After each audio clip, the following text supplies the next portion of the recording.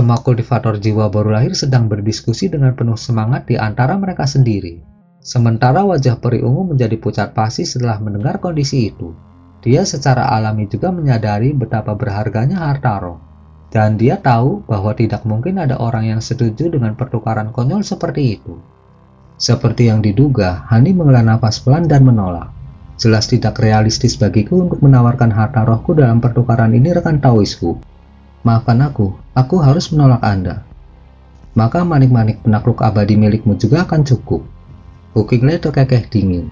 Alis Hani berkerut saat dia menggelengkan kepalanya dan menjawab, aku juga tidak bisa menyerahkan manik-manik penakluk abadi.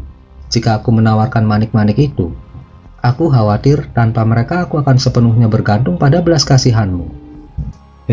Sepertinya kamu memang tahu tempatmu. Tapi selain dari harta roh dan manik-manik penakluk abadi, apalagi yang bisa kamu tawarkan kepadaku? Aku telah hidup selama lebih dari 1000 tahun. Dan bahkan jika masih ada beberapa hal yang bisa menggodaku di dunia manusia ini, tidak mungkin mereka akan menjadi milikmu. Hu Qinglei mengejek dengan tatapan mengejek. Benarkah? Bolehkah aku bertanya berapa tahun umurmu masih tersisa? Hani bertanya sambil terkekeh. Meskipun saya dalam fase senja dalam hidup saya masih akan hidup 300 hingga 400 tahun lagi. Mengapa Anda bertanya? Hu Qinglei agak terkejut dengan pertanyaan itu. Ekspresi misterius muncul di wajah Hanli setelah mendengar itu.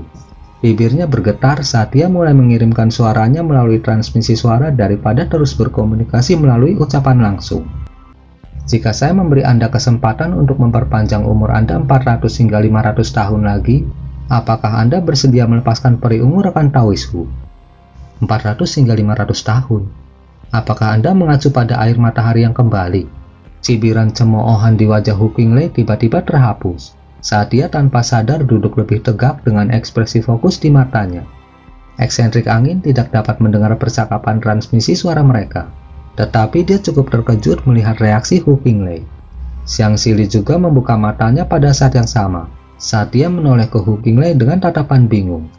Baru pada saat itulah Hu Qinglei menyadari bahwa dia telah membiarkan emosinya menguasai dirinya sendiri. Jadi dia segera mengatur ulang ekspresinya saat dia terus mengirimkan suaranya ke Hanli. Air matahari yang kembali adalah satu-satunya obat roh di dunia manusia yang dapat memperpanjang umur seseorang sedemikian rupa. Apakah Anda benar-benar memiliki obat yang luar biasa itu? Jika iya, saya akan lebih dari bersedia untuk melepaskan peri ungu, dan saya bahkan bisa menawarkan beberapa keuntungan tambahan sebagai gantinya. Suara Hu Qinglei menjadi sangat hangat dan tulus. Seolah-olah dia telah menjadi orang yang sama sekali berbeda. Aku tidak memiliki air matahari yang kembali, tapi aku memiliki intisari glasia, yang merupakan salah satu bahan utama yang dibutuhkan untuk memurnikan air matahari yang kembali, jawab Hani dengan jujur.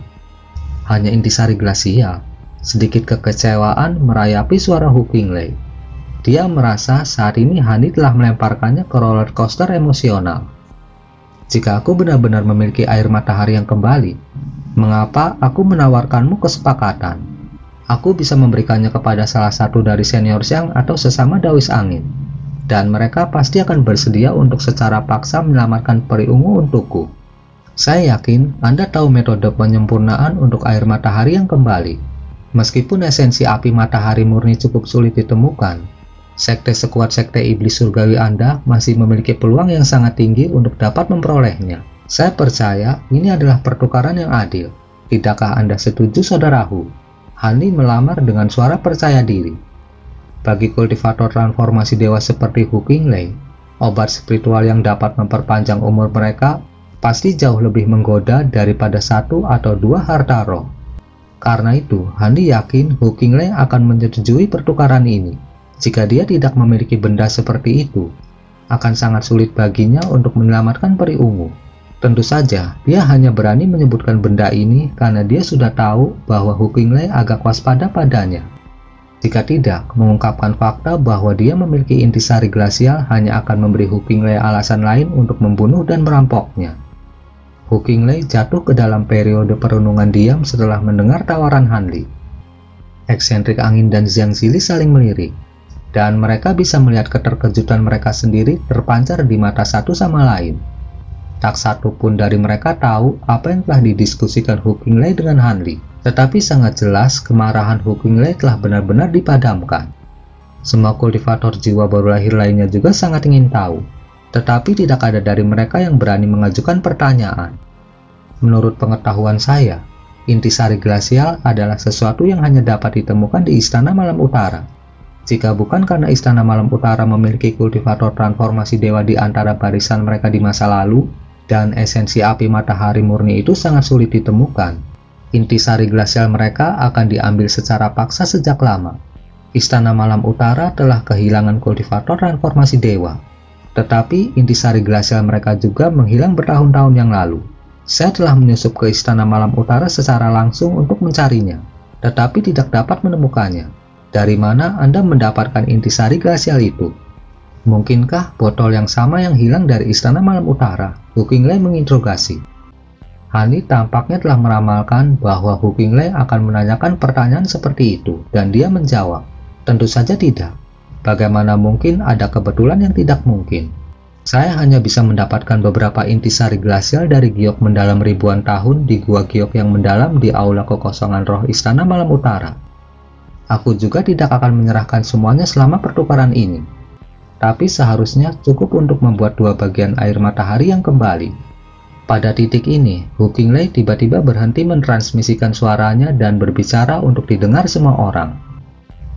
Saya tidak peduli dari mana Anda mendapatkan benda itu. Mengkonsumsi benda itu secara berlebihan hanya akan merugikan. Jadi saya tidak membutuhkan lebih dari minimum. Namun jika Anda ingin menawarkan benda itu sebagai ganti untuk kebebasan peri ungu, maka saya punya syarat lain. Jika Anda setuju dengan kondisi saya, maka saya akan melepaskan peri ungu. Bagaimana kondisi Anda? Sedikit kejutan melintas di mata Handi. Dia tidak menduga Hu Qinglei meminta kondisi lain. Hu Qinglei memandangi peri ungu dengan dingin sebelum menjawab. Ini cukup sederhana. Selain memberi saya benda yang Anda janjikan, Anda juga harus menerima satu serangan dariku tanpa menghindar atau menggunakan manik penakluk abadi. Jika Anda bisa melakukan itu, maka Anda memiliki kesepakatan. Ekspresi Xiang Zili berubah sedikit setelah mendengar itu, tetapi dia dengan cepat menenangkan diri lagi. Sebaliknya, eksentrik angin sedang menatap Hu Qinglei dengan sedikit kejutan di matanya. Semua orang juga memasang ekspresi terkejut. Perubahan sikap Hu Qinglei yang drastis sudah cukup membingungkan semua orang. Mereka semua bertanya-tanya harta karun apa yang mungkin bisa ditawarkan Han Li untuk mendapatkan reaksi yang begitu kuat dari seorang kultivator transformasi dewa. Namun setelah mendengar kondisi tambahan yang diberlakukan Hu Qinglei, semua orang semakin bingung. Hani berkontraksi saat dia bertanya untuk konfirmasi. Saya harus menerima serangan dari Anda dan saya tidak diizinkan untuk menghindar. Itu benar, itulah kondisiku. Jika aku tidak memberimu pelajaran, semua orang akan berpikir siapapun dapat mengambil selirku begitu saja dariku sesuka mereka. Hu Qinglei menjawab dengan suara seram. Seluruh istana terdiam sekali lagi karena banyak yang berpikir keras. Mungkinkah Hu Qinglei mencoba membunuh Han Li? Perbedaan antara kultivator jiwa baru lahir dan kultivator transformasi dewa sangat besar. Jika Han Li dilarang menghindar, bagaimana dia bisa bertahan dari serangan Hu Qinglei? Dengan pemikiran itu, semua orang mengalihkan perhatian mereka ke Han Li, dan wajah peri ungu semakin pucat. Setelah hening sejenak, dia tiba-tiba menggertakkan gigi dan berkata dengan suara pahit, "Kamu tidak perlu melakukan itu, Saudara Han. Aku berubah pikiran. Aku ingin tinggal di sini di Istana Iblis. Kamu bisa pergi, kakakkan." Hani tersendat setelah mendengar itu sebelum dengan cepat mengumpulkan niatnya. Namun sebelum dia sempat mengatakan sesuatu sebagai tanggapan, Hu Qinglei menyela dengan suara dingin. "Apakah menurutmu Istana Iblisku adalah penginapan di mana kau bisa datang dan pergi sesukamu? Aku sudah menyetujui kesepakatan ini. Jadi kamu tidak bisa tinggal di sini bahkan jika kamu mau. Kamu tidak akan menolak kondisiku lagi kan, rekan Taoisan?" Hani menggelengkan kepalanya dengan ekspresi acuh tak acuh dan menjawab, "Jika itu hanya satu serangan, maka aku benar-benar ingin mencobanya." Hu Qinglei terkekeh saat dia mengangkat tangan dan mengarahkan jarinya ke arah peri ungu. Tiba-tiba, peri ungu dikejutkan oleh sensasi mati rasa namun gatal di dantiannya, dan dia melepaskan tangisan yang tidak disengaja.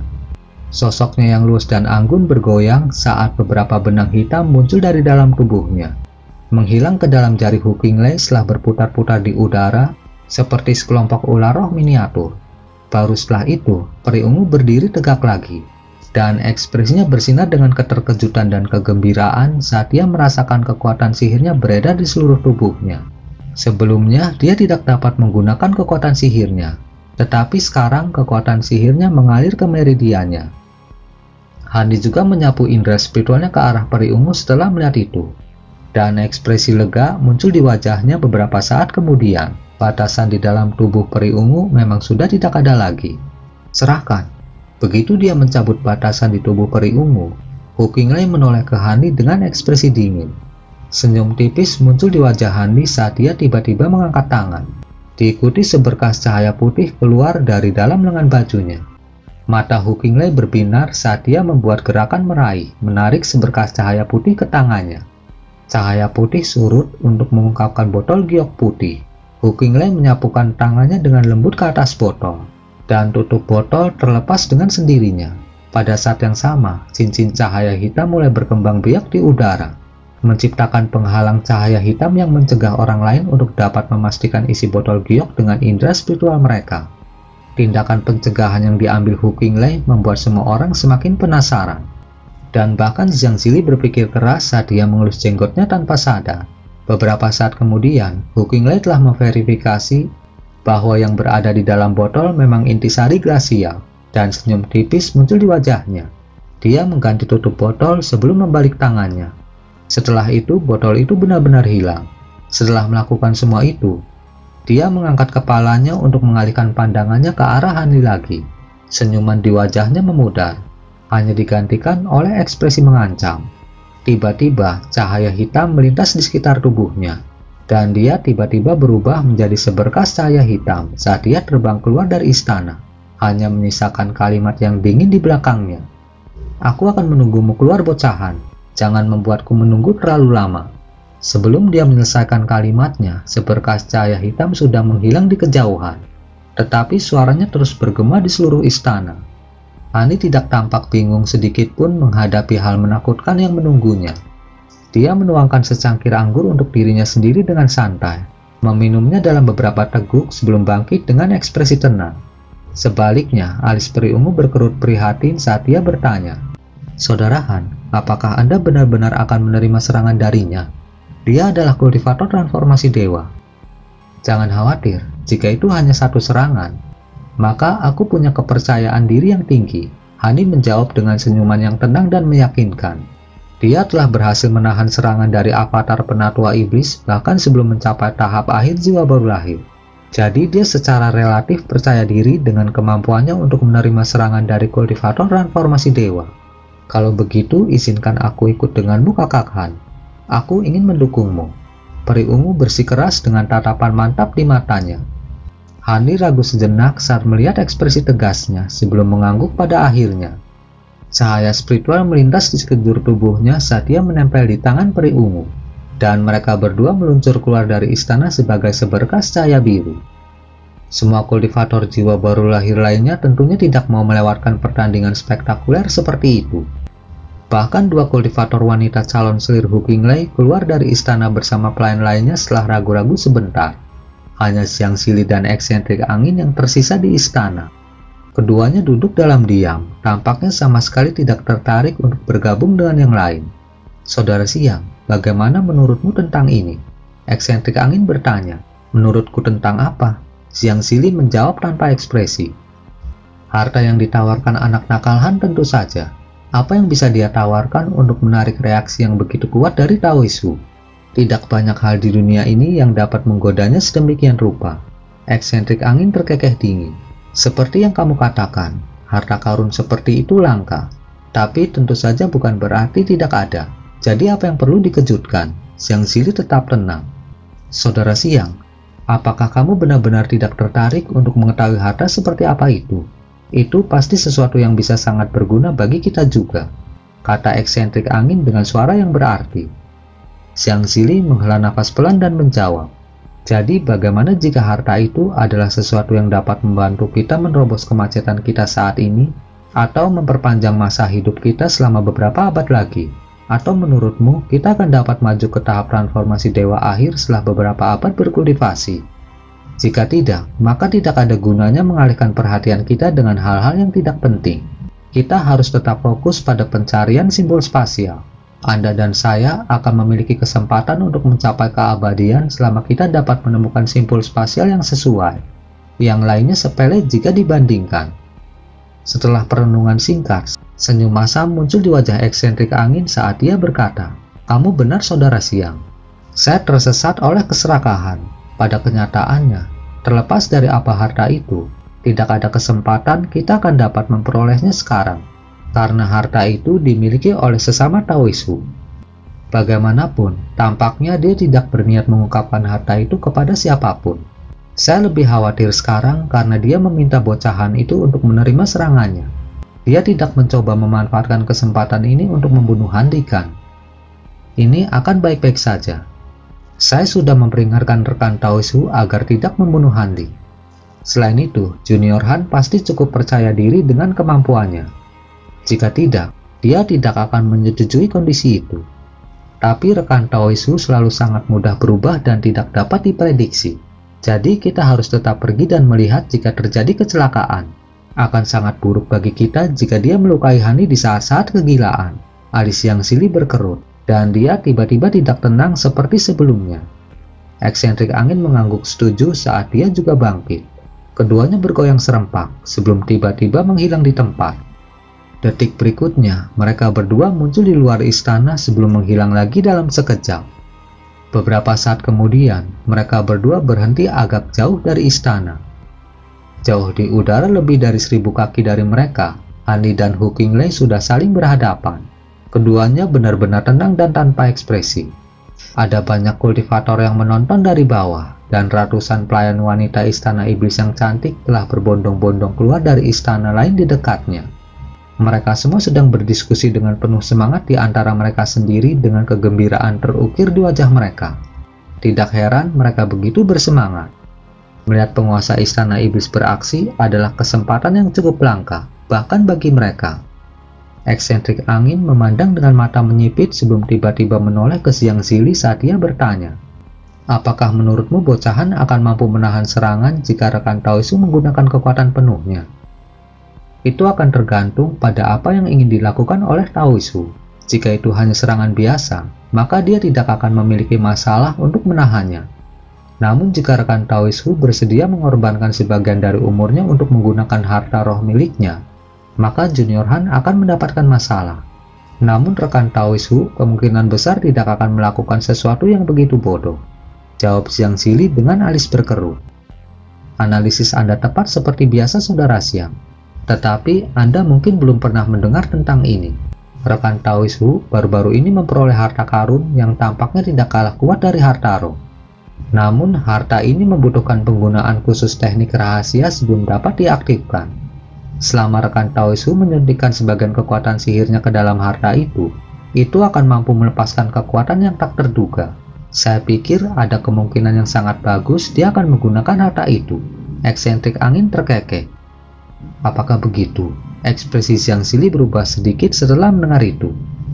Pada waktu yang sama saat Siang Sili dan eksentrik angin sedang berbicara satu sama lain, kedua orang yang terkunci dalam konfrontasi di udara di atas akhirnya beraksi. Hu Qinglei menyapu lengan baju di udara, dan bola cahaya hijau melesat ke depan sebelum berubah menjadi objek yang melayang di depannya. Itu adalah gulungan kuno dengan cahaya hijau aneh yang berkilauan di permukaannya, mencolok dengan rasa misteri. Hu Qinglei mengarahkan pandangan dingin ke Hani sebelum tiba-tiba membuat segel tangan saat dia mulai melantunkan sesuatu. Gulungan itu perlahan mulai terbuka di tengah suara nyanyiannya. Bola cahaya hijau mulai berkedip tak henti-hentinya saat gulungan itu terbentang terbuka, memperlihatkan karya seni indah yang berisi sekitar selusin atau lebih pegunungan hijau dengan ukuran berbeda. Namun sebelum ada yang memiliki kesempatan untuk melihat sekilas karya seni tersebut, semburan kabut hijau muncul dari gulungan, langsung mengaburkan isi dari seluruh gulungan. Serangkaian tangisan tajam terdengar, diikuti 18 pilar cahaya hijau naik ke udara. Pergantian peristiwa yang luar biasa terjadi. Pilar cahaya surut setelah meluncur ke udara. Masing-masing berubah menjadi miniatur gunung setinggi sekitar 10 kaki. Semuanya memiliki warna hijau yang indah dan berlimpah dengan ki spiritual. Tangisan tajam itu datang tidak lain dari miniatur gunung itu. Hani sangat terkejut dengan perkembangan itu. Ekspresi sedikit lesu di wajahnya digantikan oleh ekspresi serius saat dia segera membalikkan tangannya. Penguasa kayu hijau dan kuali biru tua muncul di atas telapak tangannya. Dia melemparkan penggaris kayu di hadapannya, di mana proyeksi bunga teratai langsung muncul. Proyeksi itu membengkak secara drastis, berubah menjadi teratai perak besar yang berada di depannya. Sementara itu, penggaris kayu itu perlahan berputar di tengah bunga teratai, berkilauan dengan cahaya hijau yang menyilaukan. Hampir pada saat yang sama, Hani menjentikan jari ke arah kuali biru, membuka tutup kuali. Suara dering yang jelas meletus saat gumpalan benang biru tipis melesat dari dalam. Di tengah hamparan luas cahaya biru yang berkilauan, benang tipis itu berubah menjadi jaring besar berukuran lebih dari 100 kaki, turun dari langit untuk melindungi Hanli. Kuali surgawi sendiri juga telah berkembang menjadi beberapa kaki ukurannya saat terbang ke udara di atas. Hanli membuat segel tangan dan cahaya keemasan melintas di sekujur tubuhnya.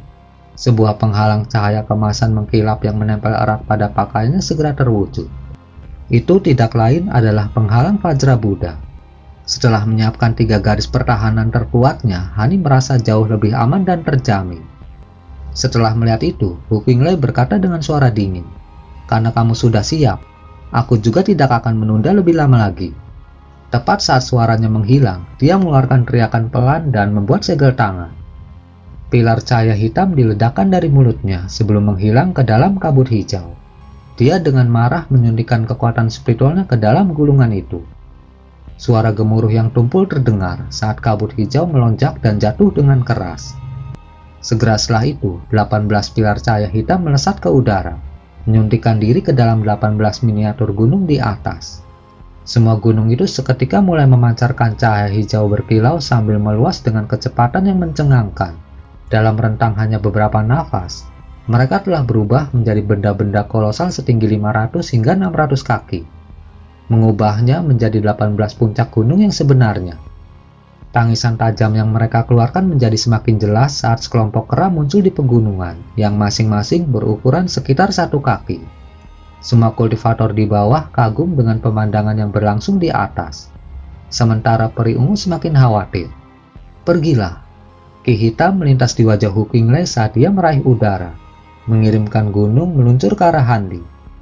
Setelah meraih udara beberapa kali secara berurutan, 7 atau 8 gunung telah berbaris dan bersiap untuk melemparkan diri ke Hanli satu demi satu. Seorang kultivator jiwa baru lahir tahap akhir normal pasti tidak akan mampu menahan serangan bahkan dari salah satu gunung itu. Apalagi 7 atau 8. Masih ada sekitar 10 gunung yang tersisa. Namun, Hu Qinglai hanya menghembuskan nafas dan meninggalkannya di tempat mereka berada. Mungkin itu karena dia hanya mencoba untuk mengajar Hanli, namun tidak ingin benar-benar membahayakan hidupnya. Atau mungkin karena mengaktifkan semua 18 gunung membutuhkan pengeluaran kekuatan sihir yang berlebihan. Bagaimanapun, Hu Qinglai tidak menunjukkan niat untuk menyerang dengan sisa pegunungannya. Hanli sedikit tercengang. Dia tahu bahwa Hu Qinglai pasti akan memanfaatkan kesempatan ini untuk melepaskan salah satu serangan terkuatnya. Tetapi dia tidak berpikir dia akan melemparkan beberapa gunung langsung ke arahnya. Mengesampingkan apakah gunung-gunung ini memiliki kemampuan khusus, hanya dampak dahsyat yang akan mereka ciptakan adalah hal yang tak terduga. Bahkan dengan harta roh yang melindunginya, pasti tidak mungkin dia bisa menahan begitu banyak serangan yang menghancurkan berturut-turut. Jika bukan karena persetujuan mereka sebelumnya, dia dapat dengan mudah melepaskan teknik gerakan untuk menghindari pegunungan ini. Namun dia tidak punya pilihan selain berdiri diam di tempat sebagai samsak tinju Hu Qinglai. Senyum masam muncul di wajah Hanli. Tetapi sebuah pikiran tiba-tiba terlintas di benaknya saat dia tiba-tiba menepuk kantong makhluk roh yang tergantung di pinggangnya. Semburan cahaya hitam langsung melesat keluar dari dalam, berubah menjadi monyet hitam kecil yang hanya berukuran beberapa inci. Itu tidak lain adalah binatang jiwa menangis. Pada saat yang sama, dia mengepakkan dengan bajunya yang lain di udara untuk memanggil botol kecil berwarna hitam. Botol itu terbalik dan 5 kerangka manusia muncul dari dalam di tengah semburan energi putih keabu-abuan. Itu tidak lain adalah iblis Qin Kuei yang tidak bisa dipecahkan. Handi kemudian dengan cepat membuat segel tangan, dan cahaya hitam mulai melonjak di atas tubuh monyet kecil itu. Monyet itu berkembang dengan sangat cepat, langsung berubah menjadi kera kolosal setinggi lebih dari 300 kaki. Kera besar itu memukuli dadanya dengan tinjunya saat dia mengeluarkan teriakan menggelegar yang panjang. Itu kemudian menderu dengan keras dan petak besar cahaya kuning menyapu dari hidungnya, berkumpul untuk membentuk trisula kuning besar. Dengan trisula di tangan, kera itu seperti makhluk surgawi yang baru saja turun ke dunia manusia. Sementara itu, 5 set kerangka manusia juga berkumpul, bergabung membentuk rangka besar yang memegang pedang tulang yang ukurannya sebanding dengan kera raksasa. Kedua makhluk kolosal itu berdiri berdampingan, satu di kiri Hanli dan yang lainnya di kanannya. Hampir pada saat yang sama, gunung pertama runtuh dengan kekuatan yang menghancurkan. Bahkan sebelum Hanli melakukan apapun, kerangka dan kera raksasa beraksi pada saat yang bersamaan. Kera itu menarik nafas tajam saat mengangkat trisula ke udara untuk mencoba menangkis gunung. Sementara kerangka itu mengangkat kedua pedang tulangnya sekaligus sebelum menebasnya dengan kejam ke udara di atas kepalanya dalam serangan tebasan silang. Dua ledakan gemilang meledak saat semua jenis cahaya spiritual terjalin dan meledak. Kera raksasa dan kerangka keduanya didorong ke bawah. Namun mereka berhasil menahan momentum penurunan mereka setelah senjata mereka menghantam gunung di atas, menghentikannya dengan dingin. Hanli baru saja mengeluarkan kipas triplemnya, dan tidak ada kegembiraan dalam ekspresinya saat melihat itu. Beberapa ledakan gemuruh meletus saat beberapa gunung lagi turun, menumpuk di atas yang pertama. Dengan demikian, bahkan kerangka yang sangat kuat dan binatang jiwa menangis tidak dapat menahan serangan yang luar biasa itu lebih lama lagi. Setelah 3 ledakan yang bergemuruh, tubuh kera besar itu bergetar saat trisula kuning besar di tangannya hancur berkeping-keping. Pada saat yang sama, kera itu sendiri menyusut drastis di tengah bola cahaya hitam, kembali ke ketinggian hanya sekitar 10 kaki. Tanpa bantuan kera besar, kerangka itu jatuh ke dalam situasi yang lebih mengerikan. Saat gunung keempat tiba, pedang tulang kembar di tangan kerangka patah menjadi 2, dan 4 gunung runtuh tanpa ampun dalam suasana seperti hari kiamat. Bahkan kerangka yang kejam itu dilanda rasa takut saat melihat serangan yang tidak dapat diatasi ini. Hati Hanli tersentak saat dia mengangkat kipas triplemnya, bersiap untuk menyerang. Namun tepat pada saat itu, rangkaian peristiwa aneh mulai terjadi. Mengikuti dentuman yang tumpul, kerangka raksasa itu melepaskan raungan amarah yang dahsyat. Saat mereka meledakkan semburan api 5 warna, menghantam dasar gunung di bagian bawah. Cahaya 5 warna yang sangat luas meledak, dan kecepatan penurunan pegunungan secara dramatis melambat, menjadi kurang dari 1/10 dari kecepatan aslinya. Namun gunung-gunung di belakang yang di bawahnya tidak terpengaruh oleh api 5 warna, dan mereka terus menumpuk dengan lebih banyak tekanan. Sebuah ledakan dahsyat meletus saat keempat gunung itu bertabrakan satu sama lain, menghasilkan ledakan cahaya hijau yang sangat besar yang membuatnya tampak seolah-olah matahari hijau telah terbit di udara. Di bawah hamparan cahaya hijau yang sangat luas ini, api 5 warna melonjak tanpa henti, seolah-olah mereka mendukung matahari hijau di langit. Kombinasi keduanya menghadirkan tontonan yang sangat luar biasa untuk disaksikan. Hanli sedikit terperangah. Dia tahu bahwa 5 api glasial dapat digabungkan untuk memunculkan semacam kemampuan aneh. Tetapi dia tidak tahu itu akan menjadi sangat kuat. Di kejauhan, ekspresi Hu Qinglai menjadi gelap setelah melihat itu, dan 2 gunung lagi menenggelamkan diri ke dalam cahaya hijau atas perintahnya. Pada kesempatan ini, ledakan yang lebih ganas terdengar. Fluktuasi spasial di dekatnya berputar dan melengkung saat matahari hijau jatuh dengan kekuatan baru. Akibatnya, api 5 warna itu bergetar hebat, sebelum dipaksa menghilang menjadi titik cahaya 5 warna. Namun, Hanli sudah mempersiapkan dirinya untuk situasi ini, dan kerangka besar itu segera melarikan diri sebagai 5 semburan ki putih keabu-abuan. Teriakan burung Phoenix kemudian terdengar saat gagak api 3 warna meletus dari kipas triplem, menabrak langsung ke matahari hijau yang turun. Hamparan cahaya yang luas meledak sekali lagi saat cahaya 3 warna memperlambat momentum penurunan matahari hijau kali ini. Namun ketika 2 semburan cahaya saling terkait di langit, cukup jelas bahwa api 3 warna lebih rendah kekuatannya dan dipaksa turun bersama dengan matahari hijau. Mata Hani bersinar saat dia menunjuk ke arah kuali biru kecil di atas. Jaring hijau dari benang yang awalnya melindungi berubah menjadi awan roh biru sebelum bergegas ke udara di atas. Dengan bantuan awan biru ini, api 3 warna akhirnya mampu menahan sinar matahari hijau. Namun ketika 2 gunung lagi runtuh menjadi cahaya hijau satu demi satu, matahari hijau dapat perlahan memulai kembali penurunannya. Hani menarik napas dalam-dalam sambil menyapu lengan bajunya ke arah bunga teratai perak di hadapannya. Bunga teratai besar bergoyang sebelum menghilang di tempat. Namun pada saat berikutnya, 7 warna cahaya Buddha berkedip saat bunga teratai perak muncul sekali lagi. Sementara itu, penggaris kecil berwarna hijau di bagian tengah bunga teratai mulai berputar. Saat bunga teratai tersebut mengembang secara drastis sekali lagi. Bahkan setelah melakukan semua itu, Hani tidak menunjukkan niat untuk berhenti. Dia menggosok kedua tangannya sebelum mengangkatnya tinggi-tinggi ke udara.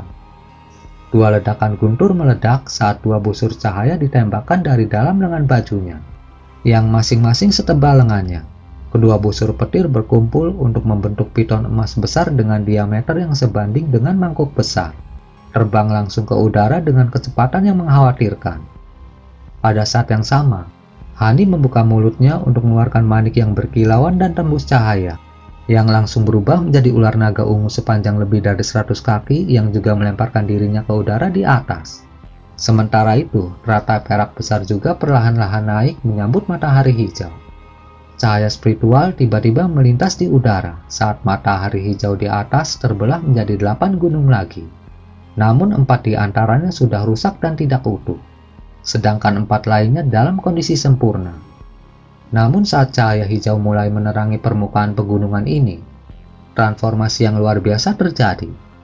8 gunung bertemu dan tidak hanya bertumpuk satu sama lain, mereka benar-benar bergabung untuk membentuk gunung raksasa setinggi hampir 10.000 kaki, yang runtuh tanpa penundaan. Pada saat itu, naga ungu, piton petir, dan bunga teratai perak juga telah bangkit untuk memenuhi gunung kolosal ini. Cahaya spiritual dari semua jenis warna meledak saat kilat, ki glasial, cahaya perak, dan cahaya hijau terjalin, dan gunung kolosal benar-benar berhenti di jalurnya. Namun ukuran gunung itu terlalu besar untuk ditangani. Terlepas dari apakah itu disambar petir atau dibekukan oleh ki glasial, gunung itu tampaknya bisa mengabaikan penderitaan itu saat perlahan terus ke bawah. Bahkan teratai perak besar tidak dapat menahan momentumnya. Di bawah, Hani menyipitkan matanya saat cahaya biru melintas di pupil matanya.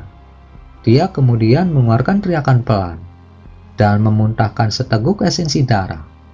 Esensi darah segera menghilang ke tengah bunga teratai perak di langit, di mana itu diserap oleh penggaris hijau. Hani dengan cepat membuat serangkaian segel tangan saat dia mulai melafalkan serangkaian mantra yang tidak dapat dipahami. Setelah mendengar nyanyian Hanli, Jiang Zili, dan eksentrik angin, keduanya saling memandang dengan keterkejutan di wajah mereka. Saat gunung raksasa di atas kepala hendak menghancurkan bunga teratai perak, 8 jenis tangisan tajam tiba-tiba meletus dari penggaris kayu hijau, diikuti dengan 8 proyeksi yang muncul, masing-masing berukuran sekitar 1 inci. Atas perintah Hanli, semua proyeksi itu berkembang secara drastis, berubah menjadi 8 proyeksi makhluk roh dengan ukuran lebih dari 100 kaki dalam sekejap mata. Semua proyeksi itu berkilauan dengan cahaya hijau, dan mereka tampak seperti makhluk nyata, bukan sekedar ilusi yang diproyeksikan. Selain itu, setiap proyeksi itu identik dengan salah satu makhluk roh surgawi legendaris. Kedelapan proyeksi itu menggabungkan kekuatan mereka untuk memaksa gunung kolosal di atas berhenti, memaksanya untuk hanya dapat berputar di tempat, tetapi tidak membiarkannya turun 1 inci pun. Ekspresi Hu Qinglei akhirnya menjadi gelap setelah melihat itu.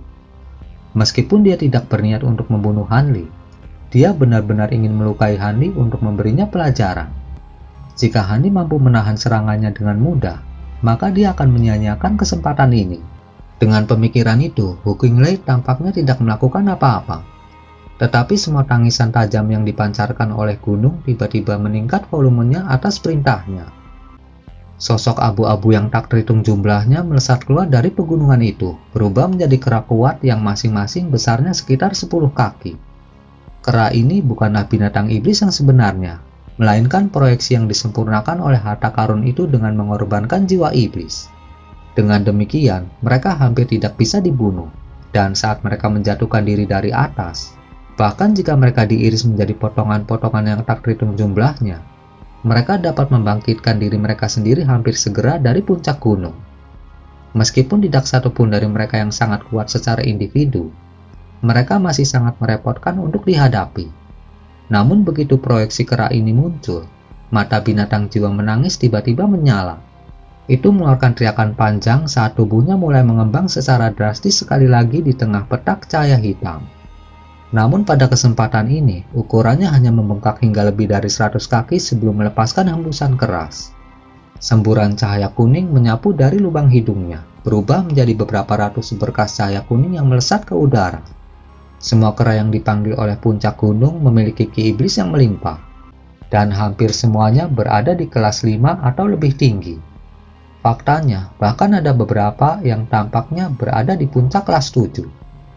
Namun begitu seberkas cahaya kuning menyapu mereka semua segera ditebang seperti semut yang telah direduksi menjadi gumpalan cahaya hijau sebelum tersapu oleh cahaya kuning. Semua gumpalan cahaya hijau itu kemudian ditelan ke dalam mulut binatang jiwa menangis. Ratusan proyeksi kera tersedot ke dalam perut binatang jiwa menangis dalam sekejap. Namun setelah menelan semua proyeksi kera itu menyusur sekali lagi sebelum menghilang ke dalam kantong makhluk roh yang tergantung di pinggang Hanli sebagai seberkas cahaya hitam.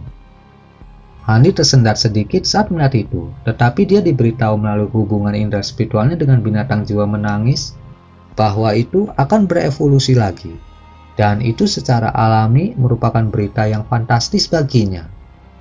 Tidak hanya semua kultivator yang menyaksikan tercengang oleh pemandangan binatang jiwa menangis melahap begitu banyak proyeksi keras sekaligus, bahkan Hu Qinglai sendiri terpaku di tempat. Orang lain mungkin tidak menyadari betapa kuatnya proyeksi kera itu, tetapi Hu Qinglai adalah pemilik harta karun yang memanggil mereka. Karena itu, dia jauh lebih tercengang daripada semua orang yang menyaksikan pergantian peristiwa itu. Sementara itu, gunung kolosal di langit akhirnya telah dipaksa berhenti total oleh gabungan kekuatan dari 8 proyeksi makhluk roh. Mata Hanli sedikit menyipit saat dia menatap gunung di atas, bertanya-tanya apakah harus menggunakan harta karun lain untuk menghancurkan gunung ini sepenuhnya. Tiba-tiba Xiang Zili menyela. Haha, Junior Han dan Taoist Hu benar-benar kekuatan yang harus diperhitungkan. Mari kita akhiri semuanya di sini untuk saat ini. Jika kalian berdua melanjutkan, saya khawatir ini akan meningkat menjadi pertempuran besar-besaran. Tubuhnya bergoyang saat dia menghilang di tempat.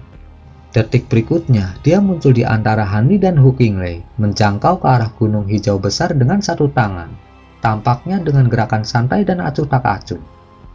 Ledakan keras meletus saat cakar hantu yang diselimuti ki hitam tiba-tiba muncul di udara. Cakar hantu itu menutupi hampir seluruh langit saat dia mencengkeram gunung besar itu, mengangkatnya lebih dari 100 kaki saat cakar itu menegang. Hanli tergerak saat melihat kemampuan Xiang Zili, sementara ekspresi Hu Qinglai semakin gelap. Saya tidak berpikir bahwa Anda sudah mencapai tingkat kemahiran yang tinggi dalam cakar roh raksasa Anda, rekan Taoisyang.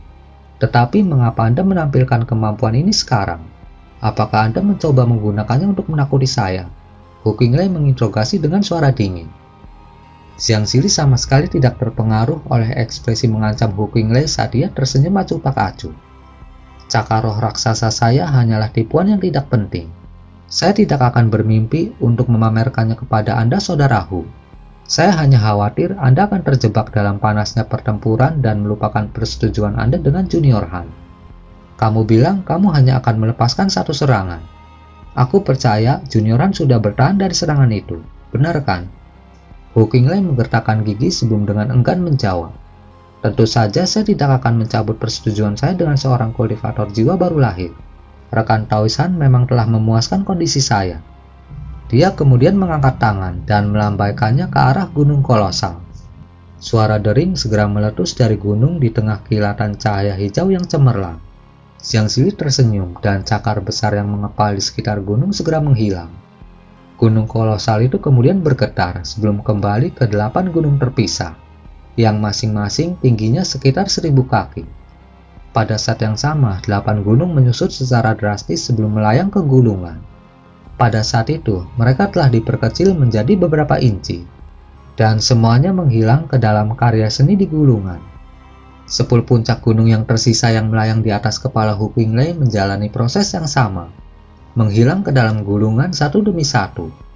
Gulungan itu kemudian perlahan-lahan menggulung dirinya kembali, dan saat cahaya hijau memudar, itu sekali lagi berubah menjadi gulungan yang tampak biasa-biasa saja. Hu Qinglei mengulurkan tangan dan gulungan itu menghilang ke lengan bajunya sebagai bola cahaya hijau. Lalu dia mengalihkan pandangannya ke arah Han Li dan Xiang Zili dan senyum hangat muncul di wajahnya, seolah-olah tidak pernah terjadi apa-apa. Meskipun aku telah melepaskan peri ungu, aku masih akan mengadakan upacara untuk 2 selirku yang lain dalam 3 hari. Kalian akan tinggal untuk menghadiri upacara, bukan? Xiang Zili sama sekali tidak terkejut dengan perubahan sikap ini, dan senyum lebar juga muncul di wajahnya saat dia menjawab, "Tentu saja, saya sudah mempersembahkan hadiah ucapan selamat. Jadi saya pasti harus tinggal beberapa lama lagi untuk beberapa cangkir anggur." Ada pikiran yang tak terhitung jumlahnya berlarian di benak Han Li, tapi ekspresinya tetap tidak berubah saat menjawab, "Senior Xiang dan Taois Angin belum pergi. Jadi saya secara alami akan tinggal untuk menghadiri upacara juga." "Haha, bagus sekali. Ayo kembali ke istanaku dan minum sepuas hati kita." Hu Qinglei terkekeh sepenuh hati sebelum terbang langsung menuju istananya sebagai seberkas cahaya hitam. Semua kultivator di bawah masih mengenang bentrokan epik yang baru saja mereka saksikan, dan mereka hanya bisa buru-buru mengikuti Hu Qinglei kembali ke istana iblis. Eksentrik angin juga berangkat untuk kembali ke istana, hanya menyisakan peri ungu yang terpana dan gembira yang tersisa di tanah di bawah. "Kita harus pergi juga, Junior Han. Anda dapat yakin, Taois Hu adalah orang yang memegang kata-katanya. Anda telah memenuhi kondisinya, jadi masalah ini telah selesai, dan dia tidak akan mencari alasan lain untuk mencoba membalasmu.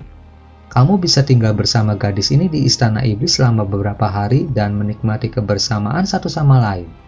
Xiang Zili terkekeh sebelum menuju istana. Senyum masam muncul di wajah Han Li, dan dia menggelengkan kepalanya saat dia perlahan turun. "Apakah kamu baik-baik saja, Kakak Han?" Peri ungu segera menyerbu dengan perhatian. Rasa terima kasih dan segudang emosi lainnya terukir di wajahnya.